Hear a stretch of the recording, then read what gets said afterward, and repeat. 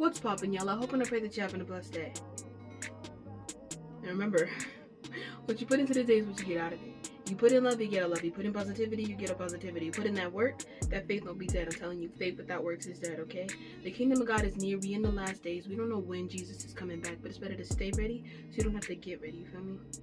You don't want to hear them trumpets blow, and then at the end of the day, the best way to spread the gospel is to just have simple conversations.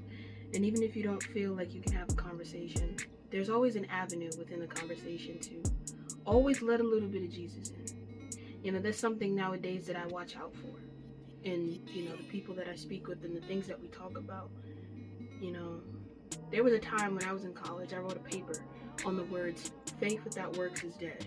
Back then, I didn't really know that that was a Bible verse.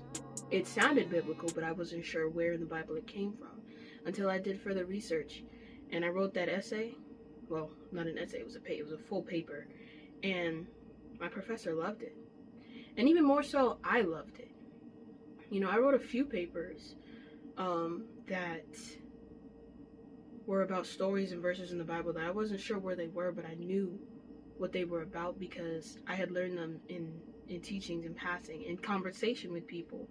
You never know how much wisdom you can take in and how much wisdom you can give out. You know, it's better to be a fountain and not a drain.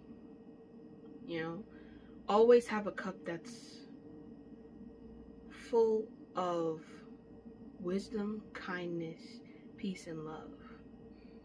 As much as there are situations in life that can cause us to feel the opposite of those things, it's better to stay within the bounds of humility, because there's always more work to be done. There's always so much further that you can go. We must give God our best, no matter what, no matter how much it hurts, no matter what we're looking at and how afraid we can get.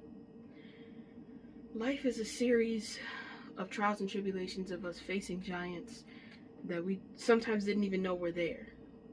But when you take off the rose-colored glasses and you realize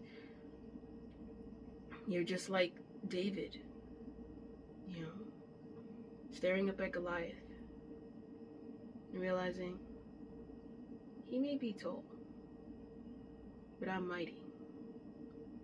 And God will get the glory because of the strength that he has put in me.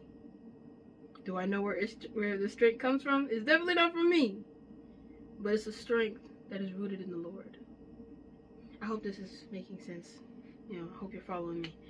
I have a tendency to ramble, but